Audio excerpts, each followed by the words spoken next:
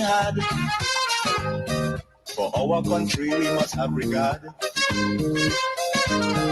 Forget all your differences, let we start to build. And onward to progress we surely will.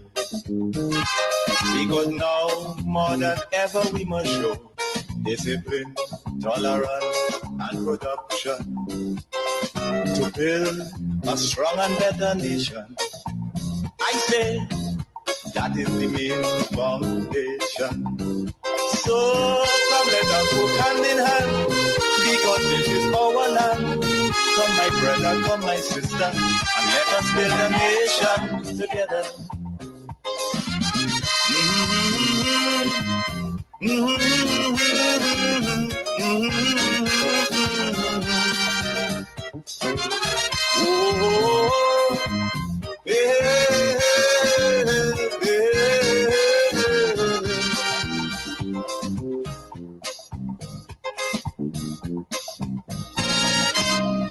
So much of things that we need to see about.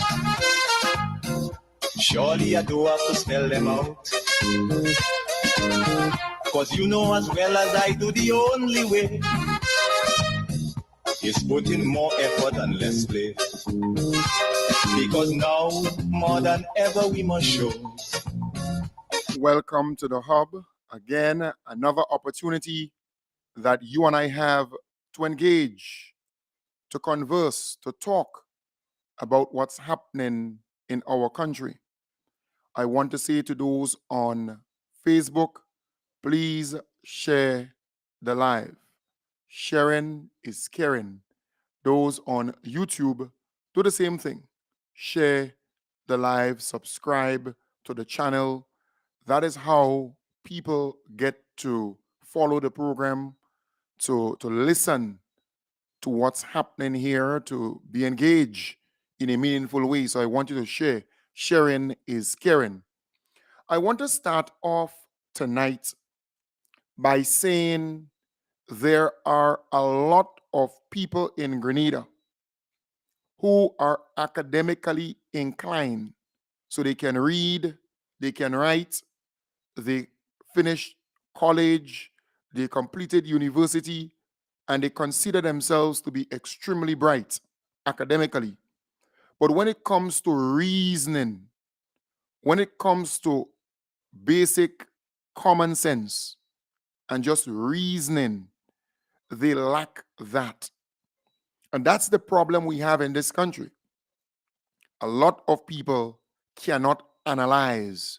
A lot of people cannot reason, cannot think in such a way that they would understand the thing.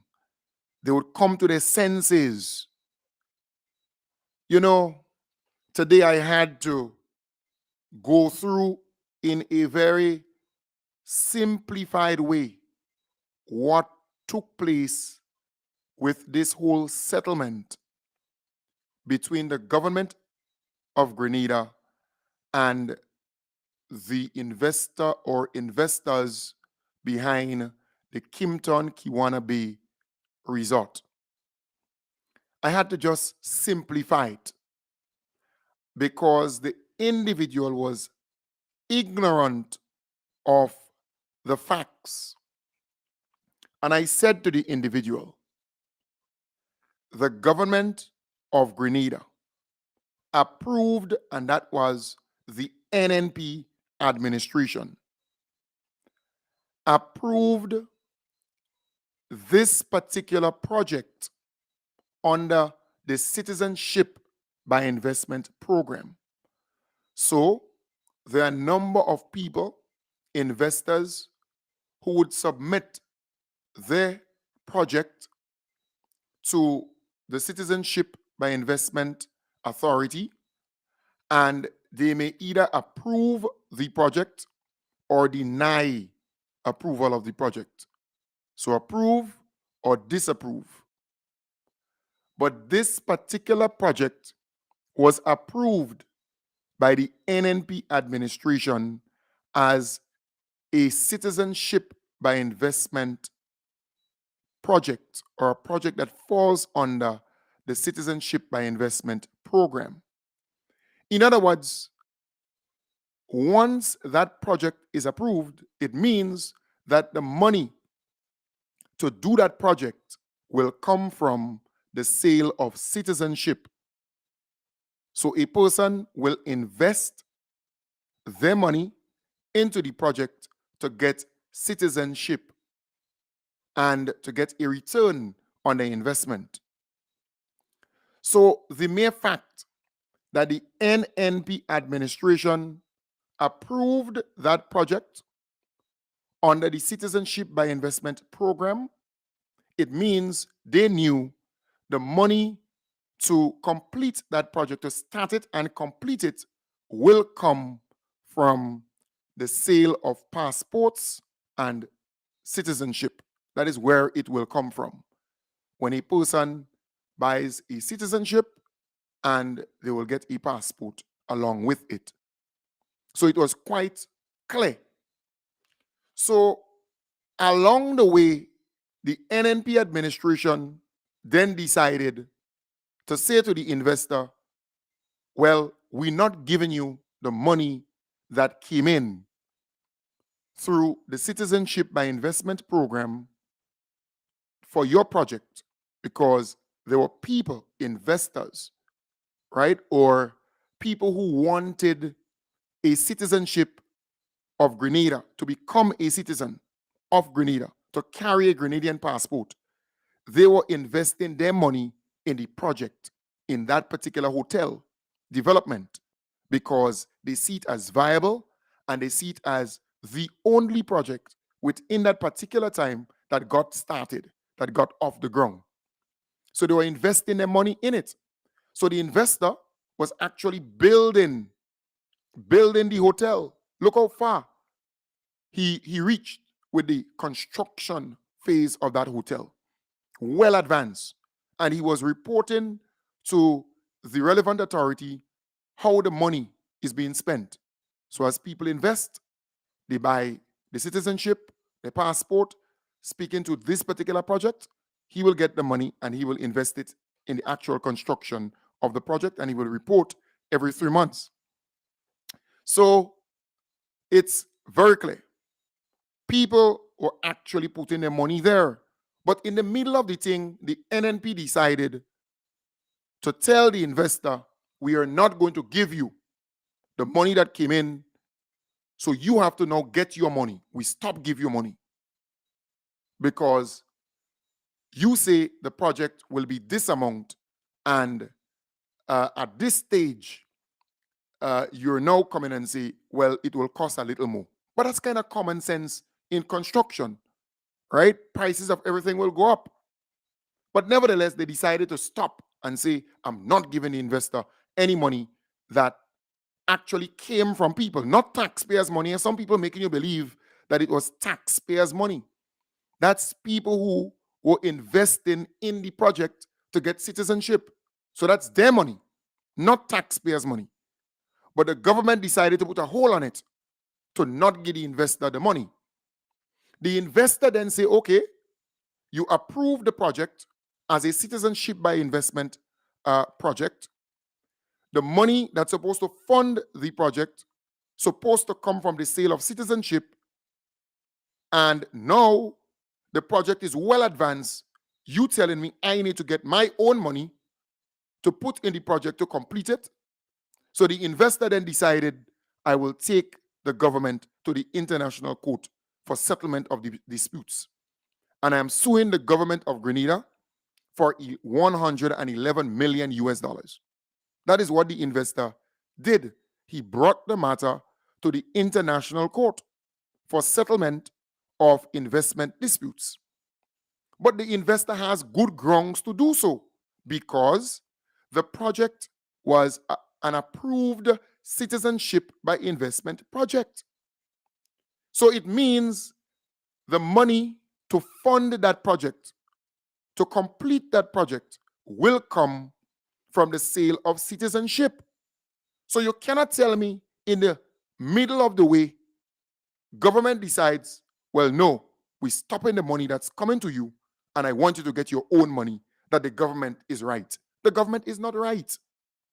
they would have lost that case in a big way because it's common sense.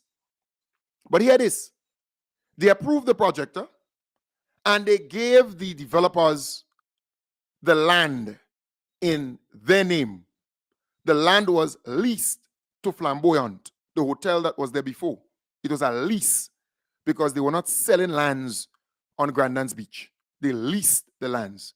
In fact, Sir Eric Matthew Geary was so smart that he did not sell the lands. He leased the lands to the folks to build, so the lands remain in the hands of the people of Grenada. So the NNP administration gave the developers the land in their name. And mind you, the land was not before the international court, The land there was no issue with the land because the land belongs to the developers because the NNP administration gave them the land in their name. They had title to the land. So that was not the dispute. The dispute was the hotel that they built on the land and the fact that the NNP administration stopped the funding that was coming from people who were looking for citizenship and wanted to invest in that project. So the money was there, and they decided to stop it and say to the investor and developers, well, you have to get your own money. So if you knew that he, the developer, didn't have his own money, then why did you give him the land, for example, the land in his name or his company name or the developing company, the company that was actually doing that work? He's just the main investor or developer, but the company, the True Blue Bay, whatever they call it, right? Why did you give them freehold title to the land? It was leased to Flamboyant. Why didn't you just lease it to them? If you knew that the guy didn't have money, his own money, then it's just not logical. It doesn't make much sense to give the individual the land, give him title to the land, because these lands were always lease lands. They lease in the land. Government would lease the land to the developers, not give them title to it, just give them the land like this. So all this old talk about the investor must put his own money and he didn't put his own money and so on, that has been debunked easily. One, you give him the land in his name, he has title for the land. He could have easily said to the government, this government now, the NDC administration, I will keep my land. I'm not selling any land to you. I'm not giving you back any land. I'm not giving you as a part of the settlement and so on. We only discussing the hotel. So even if the hotel came back to the government and people of Grenada, the land would have remained in the developer's name. Yeah, that is how dumb the NNP was with the assets of this state. And the developer is a clean investor, not a corrupt, dirty investor. No. So here it is. They gave the developers the land in their name. They had title for the land. They approved the project. So if you're saying, well, the man never had his money and so on, why did you approve his project? If you know that he didn't have his money, putting his money in the thing, I am asking you, why then did you approve his project? And his project was, out of all the 20 projects that were approved that year, that was the only project to get off the ground where actual construction was taking place, right? And people were happy about that. As a result, folks were investing in that project. They were giving money to get citizenship in that particular project. And the project was going good. A lot of men and women, they would work on that particular project. So the individual, the developer, the company, they took the government of Grenada to court. So NNP lost the election. The NNP administration, they lost. The NDC came into power. And the NDC, remember, government is a continuum. Any government who came into power, they had to fight this matter before the court because the matter is already in the court, in the international court. So what did the most honorable Deacon Mitchell and his team did? What they really did, they decided, boy, you see, that when they look at the whole situation, they look at this whole case matter, they knew that the government of Grenada was going to lose that case. They knew that. And the most honorable Deacon Mitchell is a brilliant lawyer. And nearly everybody in Grenada knows that. He never lost a case yet. And high-level cases, he always wins. So he knows whether or not this case can stand before international scrutiny, before that international court. He knew that the case was one that Grenada would lose in a big way. He knew that. So what he did was to engage the developer to settle the matter, because he knows that when WRB/Grenlec took the NNP administration to that same international court, what was the outcome? The NNP administration lost and had to pay almost $200 million EC, almost 200 million EC, right, of taxpayers' money. We know that they sold Mount Hartman to the Chinese. They were going to sell the Bud Sanctuary also. They were going to sell something else, right? So they had to find the money to pay. But here it is.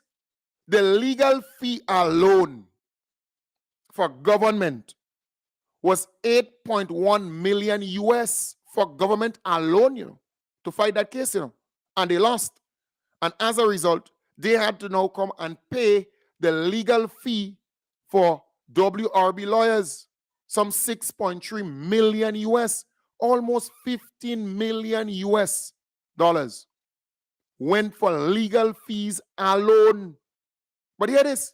In the settlement, the government was able to settle this matter for 22 million US. 22 million US. Remember Grenlec, the legal fee for Grenlec WRB matter against government was almost a 22 million US. 15, you can imagine that? 15 or so million US for legal fees alone. So we were going to spend millions of dollars US in legal fees alone.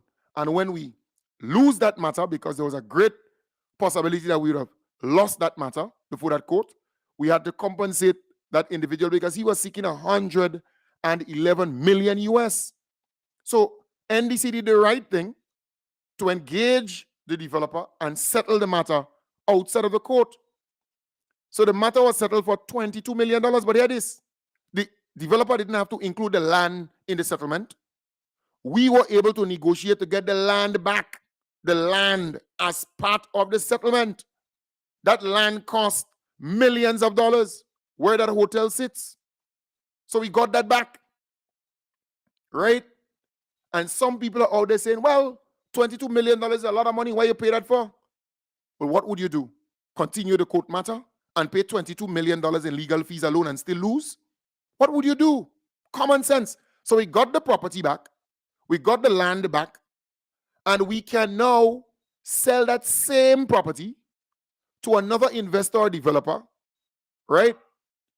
For $30 million, for 25 million US. And then they can develop it and bring the hotel to completion.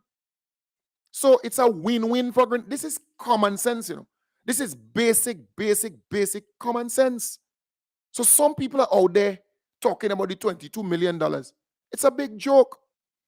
We saw in the shrimp farm under the NNP, well, there was no shrimp farm. Nothing was constructed. Nothing was built. So we can't compare the structure. The shrimp farm was not built. Nothing was built. With the Kimton Kiwana Bay Resort, right? That the structure is there. They build. They were well advanced in the construction phase of that project. Well advanced. But we saw $52.5 million in the shrimp farm under the NNP administration just vanish. Them blue-eye men and them they came and they tricked the NNP administration. Not a pun they constructed. Nothing. They tricked the NNP administration. They tricked the Keith Mitchell-led administration. And they run away with the money. $50-something million, they gone with it. And the people who invested in that shrimp farm, they still have their passport. You have some people say, well, why they didn't take back the passport, take back the citizenship? You can't take back the citizenship. If they did that, you know what it would have done?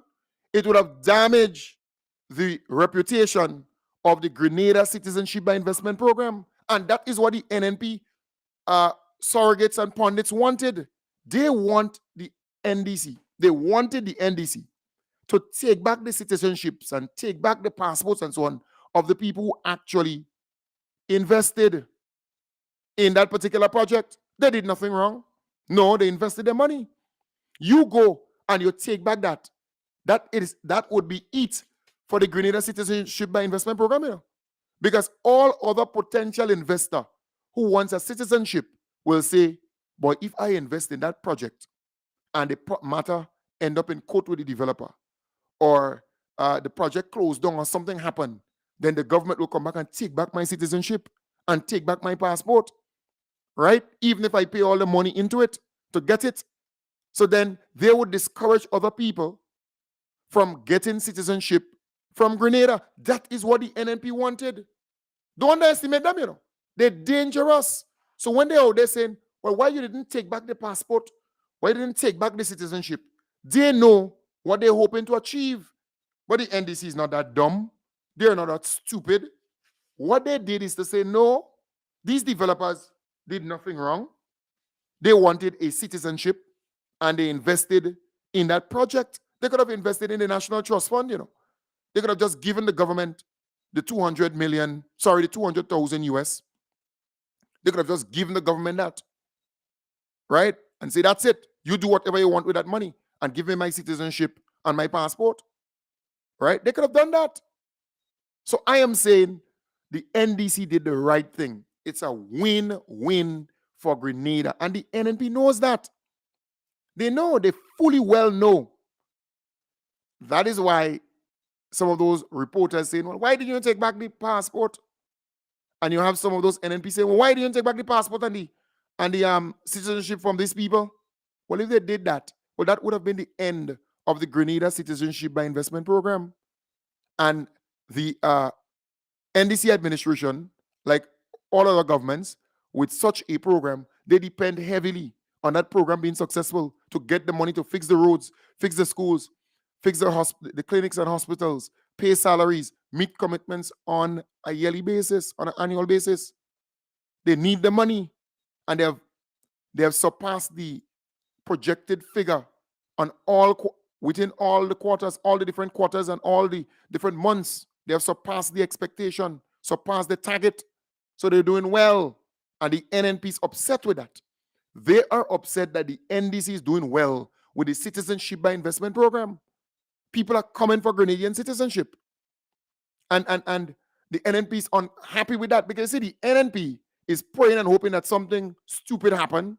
They pray and hoping that Grenada goes on her knees, that bad things happen to our country. That is what they're praying and hoping happens. Yeah, they're praying and hoping that happen very soon. They want that to happen. It's not happening, but they want it to happen. This thing is common sense. Common sense. You see how I explain this thing there to you? This is common sense. And mind you, I was saying to a friend today, do you know, a person having an idea, that idea could worth $1 billion? Do you know a person having an idea, that idea could worth $300 million? Just the idea. So this developer had this idea to construct this hotel, right, where Flamboyant Hotel once stood. That idea. And he put that idea into a full plan, right? A whole map of what needs to be done and what the finished product will look like. So to go there and talk and say, well, the investor didn't put his own money. Well, the idea that he put into this project might be worth more. It might worth more than the actual cost of the hotel, because he's looking for profit down the line. There are people with brilliant ideas, and they would share that idea with 5, 6 investors, people with money, and they're realizing that this idea is viable. It can bring them profit in the medium to long term, and they will take millions and invest to see that idea come to life, to see that project completed. I'm telling you. And that is why we are here to teach you, to educate you, to empower you. That is why we are here. It's like common sense. So this individual had a brilliant idea. And if you go down by where the hotel is right now, I mean, it's not yet complete, but it's far, far advanced. The project is far, far advanced. So to come down and say, well, you didn't have any money, and look, you come and you settle for $22 million. Well, let me tell you this. We had our option, Go before the court, continue, pay a whole pile of money, millions and millions of dollars in legal costs to fight this case, and lose and having to pay 111 million US. What would you choose? To settle for 22 million? Come on. This thing is common sense. You don't need to be some genius to understand this. This thing is simple. And that is what we are doing. Explaining things in very simple form for you so you could understand. So this developer is a clean developer. And in the first case, if you say the man bad, why did you make him my ambassador? Why did you give him that status, that position as consul general in Miami and so on? Why did you do that? You see, when things go sour, they have all kind of things to say. All kind of bad things to say. This particular investor, this gentleman, he was a good investor, a clean investor. And folks, when you listen to the NNP pundits and surrogates, they're making you believe that this thing happened, all this drama and so on, happened because NDC, is in power, When you listen to them, they give you the idea that this thing didn't happen under the NNP and so on, This whole thing took place under the NNP.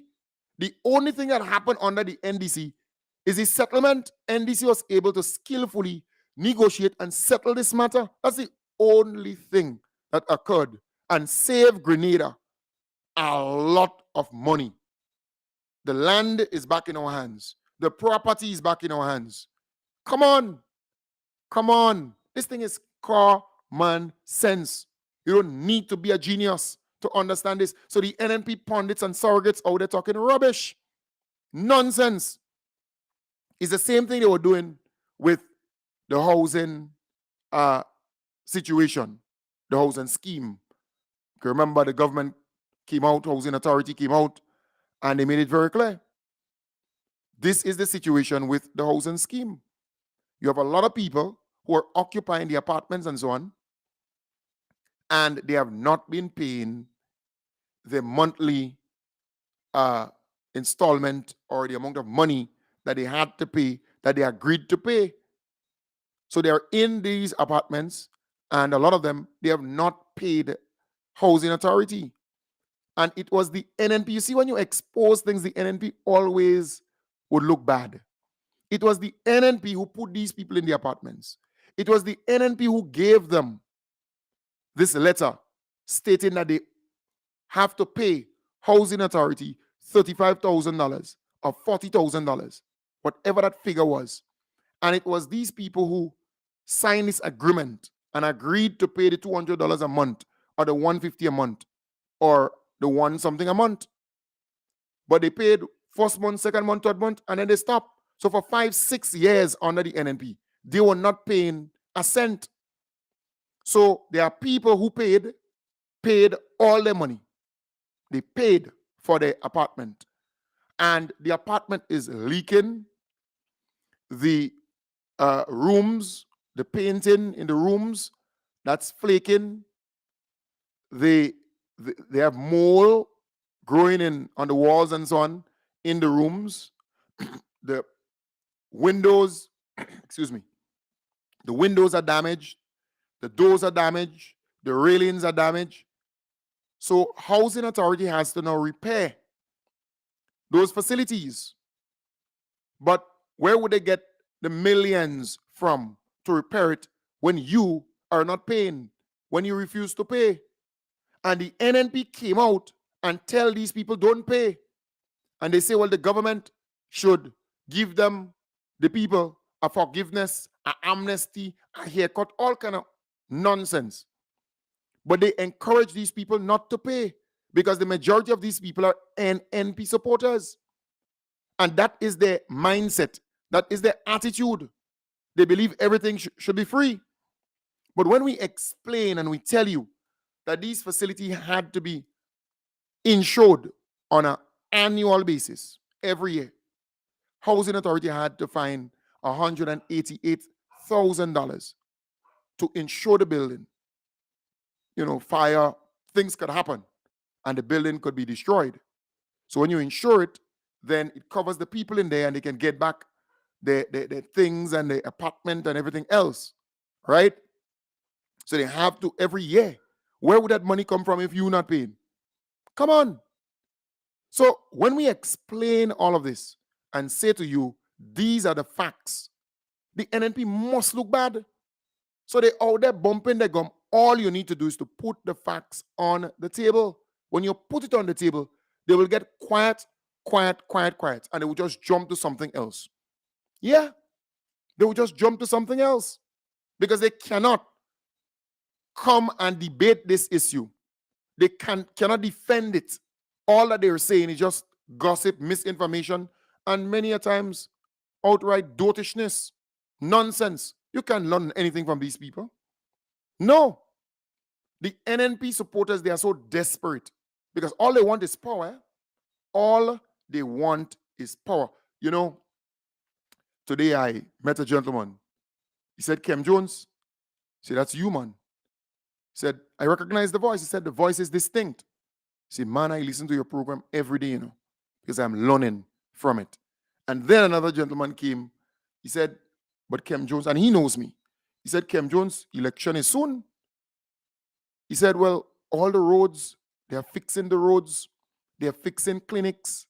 They are fixing schools, pension paid, gratuity paid, doc salary paid, tuition support for students. Jobs are being created left, right, and center. Opportunities are coming for our people, right? And then I catch it, what the guy was actually saying under NNP, it was only around the election time they would fix the roads, they would fix the schools, the healthcare, the clinics and the medical stations and so on. They're going to give increases. They're going to do all of these things. But the NDC is not doing that. The NDC is governing every single day because they care about people. They're not concerned just about an election. Yes, they want to win the next election, but they're concerned about delivering to the people and making the lives of our people better. And we have to acknowledge that. We have to acknowledge that. In fact, Inter-Caribbean, the Honorable Lennox Andrew, he messaged me today saying, boy, Kem Jones, you need to throw that day for me. All right? So Inter-Caribbean, they are looking for people, for workers, right? For workers, and they have a job fair. They have a job fair, boy. They put out that notice out there, and a lot of people applied. They want to work. They want to be, working with Inter-Caribbean and, maybe as a attendant or a flight attendant or, a hostess or whatever you want to call it. So here it is. Due to the overwhelming response from Grenadians toward job opportunities, Inter-Caribbean Airways advises that to streamline the process, candidates interested in participating in our recruitment drive at Radisson Conference Center in Grandance on September the 27th to the 28th from 9 a.m. to 1 p.m. and 3 p.m. to 7 p.m. must submit their resumes, right? Their resumes to hr@intercaribbean.com.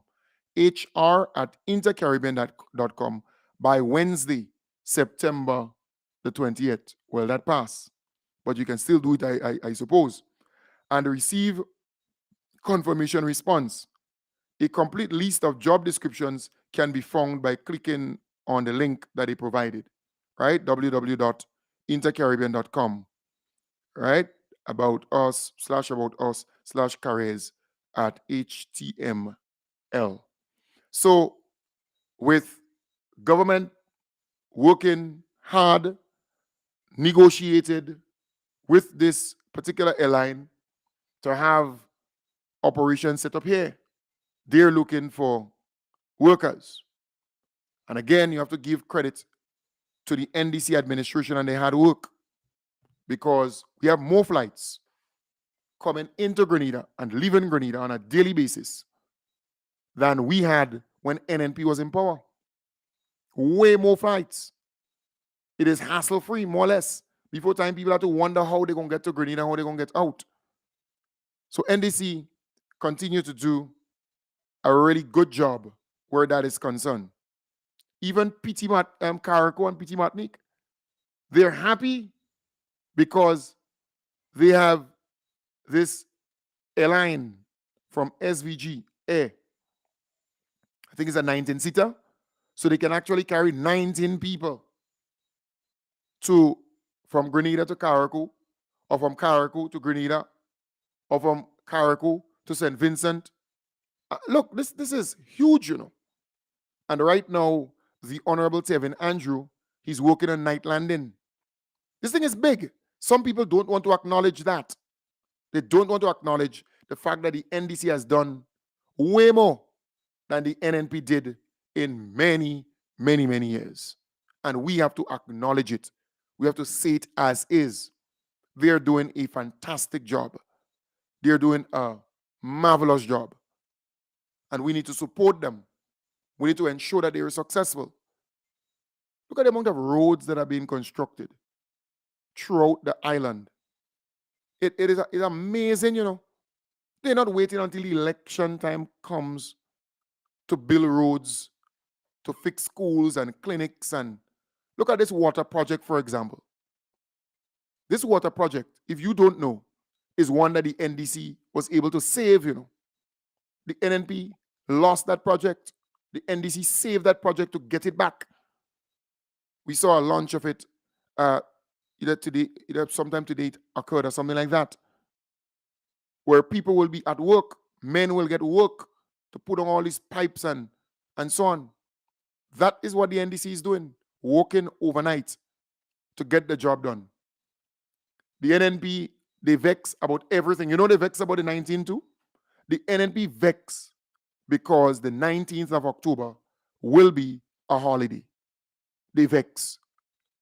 A holiday to reflect, a holiday to remember what occurred on that day and those who lost their lives on that day. It's a significant day in our history. Some people may not like it. But the NNP, they vex. They angry that that day was named a holiday. Well, the NNP called an election on March the 13th. And a lot of these people who opening their mouth today, they never, ever came forward and said, but why?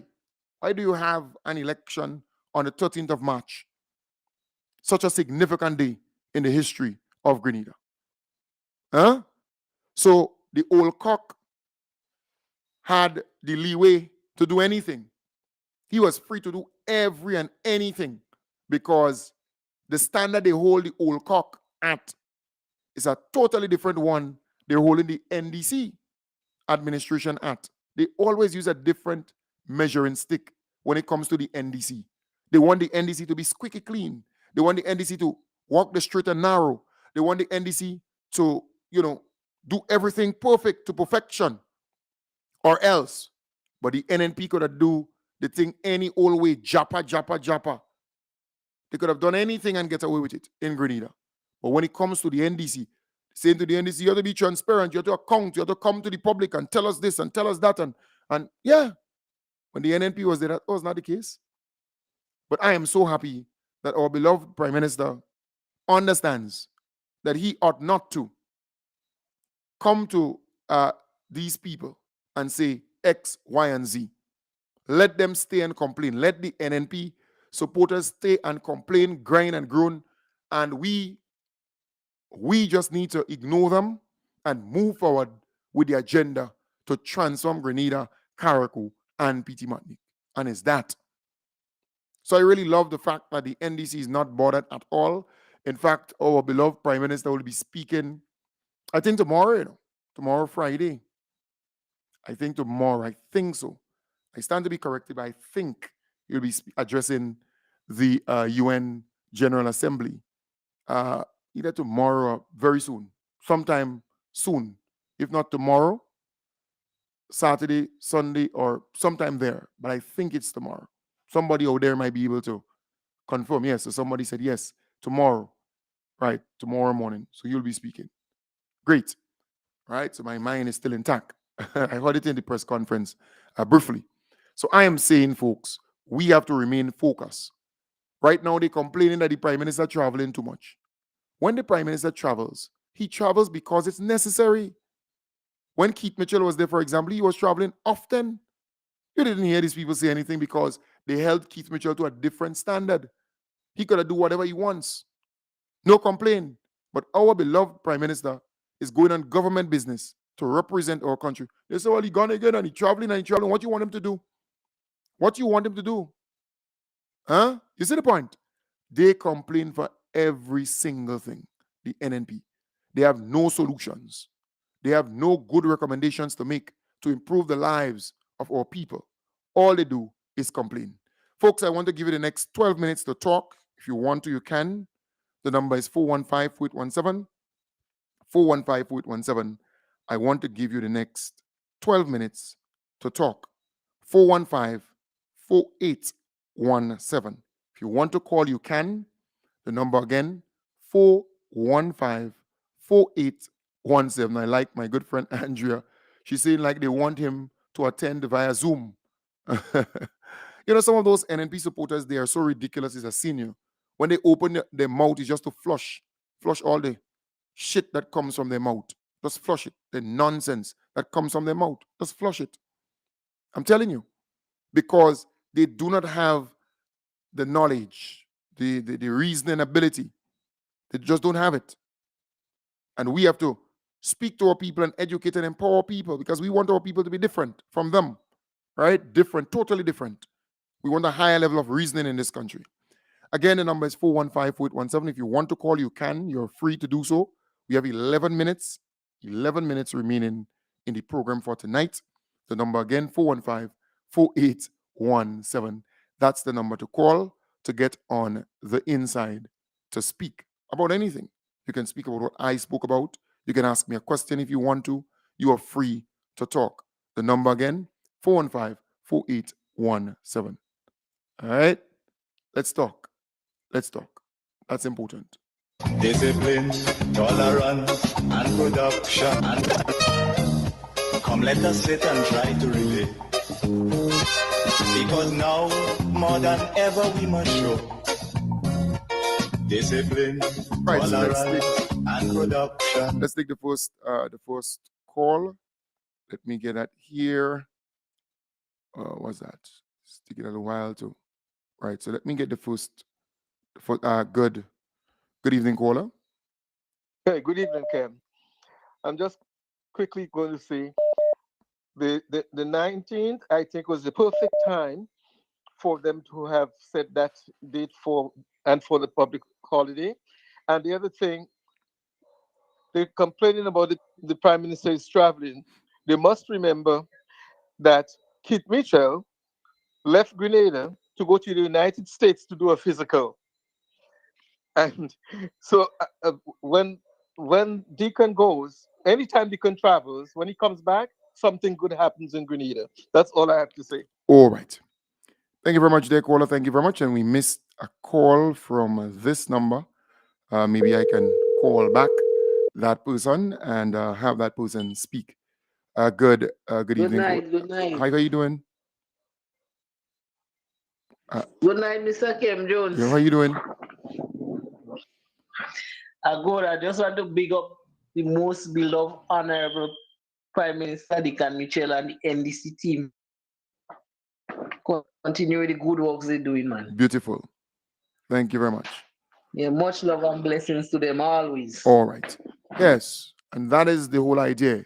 The most honorable Deacon Mitchell, and he is our beloved Prime Minister. And we must support him. We must pray for him. We must make sure that, when these people throw their stones, it can't reach anywhere. Because that's how the NNP's functioning. Huh? They grabbing at anything. But again, the number is 415-4817, 415-4817. And you are free to call. We have 8 minutes left in the program. 8 minutes left in the program, giving you a chance to free up. Let's take that call here. All right. Good. Oh boy, we lost that call. Call if you want to call back, you can. Let's take that one here. Let's take that one. All right, hold on. Let me take that one here first. All right. Good evening, caller. Hey, Cam Jones. Hey, good evening. Good evening. Good evening. How are you? I'm fine, thanks. And you? Well, I'm good. I'm good. This is Easy Print New York. How is everything? Good, man. Good for the time. Yeah, you know the problem what I have with those I don't want to call the names, but you see they have to create employment for themselves. A lot of them don't like to create employment. They like handouts. And this is what we have to cut out, because everybody wants to blame the government and say the government is not giving this and the government is not giving that. We have to get up and get for ourselves sometimes, Kem Jones. Yes. And this is why I applaud you. You get up, you create your own program, and you push yourself. And a lot of people don't like you for that. But I appreciate the work what you're doing. And keep up the good work. And next year, 2024, it will be bigger and better with that radio station. And we behind you 100%. And who don't like the good words that you're preaching, that's the business. Tell them to go and create their own employment or go out and throw the pee outside. All right. Thank you. Thank you. Thank you very much, there, caller. Thank you very much. And we lost about 3 or 4 calls there. So if you called and you didn't get through, you can call back, right? So let's take this one here. Good evening, caller. Hello. Hello, good night. Hi, good evening. How you doing? I'm good, thank you. God bless you, Nita. Thank you. I just want to say that I am so happy that my Prime Minister, the people of Grenada Prime Minister, declared the 19th of October as a holiday, a national holiday, a memorial holiday. This is something I was waiting for years, Ken. I was longing and praying for that to happen for years. And I give God praise and thanks for He doing this thing. God bless you all. Take care. All right. Thank you very much. Thank you very much there. And we lost 2 calls. So you can actually call back. You can call back because you can only entertain 1 call at a time. I would really love for you to call back. So we lost, let me see, 3, 1, 2, 3, right? So you can actually call back, or I can call you back. That's no problem. All right. Let me call you back. All right. I see somebody calling. Hello. Let me take this one. Hello. Hello. Good evening, Kem Jones here. Hello. Hello, Kem Jones here. Go ahead. Hello. Hi. Cam, Hi. you know these people and them, they behaving like little children. You know, like children come by. Lower the radio. Lower the radio, the volume. Oh, boys. Sorry. Yeah, take your time. No problem. Those things. Okay. Yeah, go ahead. Yes, I'm sorry. Yeah. Like little children come by you. Yes. You give 2 of them something, and the other 2 didn't get. They're jealous. So that's why you see every time our beloved Prime Minister travel, they will keep bawling out. He going again. It should have been them, but they're too stupid to go on them kind of trips, because when they come back, they have nothing to say. You think they not go in abroad and he'll speak people in Grenada like workers, like how we go and he'll speak the doctors and the nurses and say, oh, they thief? No! We have other interesting thing to discuss. So when we come back with bags of goodies. Okay? All you right. Have a good night. Thank you. Thank you very much. Thank you very much, dear caller. Thank you very much indeed. And this particular caller called earlier, so let me entertain them because it's really one person that can call at one time, right? At once. Let's take that call. Good. Hello. Hi. Nice. Hi. Good evening. How you doing? Yeah, your program so hard to get. No. What happens is that I Sorry. can only entertain one call at a time. That's why. Oh. Yeah, but I would see the Oh. number. All right. So go ahead. Go ahead. You're live. Right. Yes. Yeah. Lower the volume of the radio. Right. Yeah. Go ahead. Hello. Good night, everyone. I was just listening to your program after a long time, didn't get it, and I just want to make two comments. One, the NNP playbook is to terrorize and to get the Grenadian people disenfranchised and to get them like complaining and all that. That was the playbook that they used against the Tillman Thomas administration. They demonstrated and all that. And I think they felt that they could use that strategy again. And what they find is not working. So they are terrorizing the country. Now, a terrorist is not only people that pick up guns and strap bombs and things around their belts, around their waist, and blow up places. You could terrorize a country without using this kind of ammunition.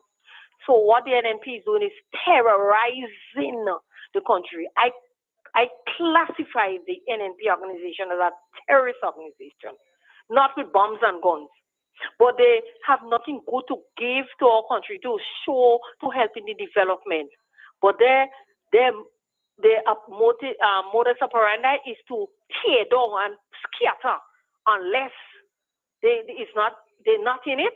So they are so mad and upset that they want to destroy. And Grenada must keep their head on their shoulder.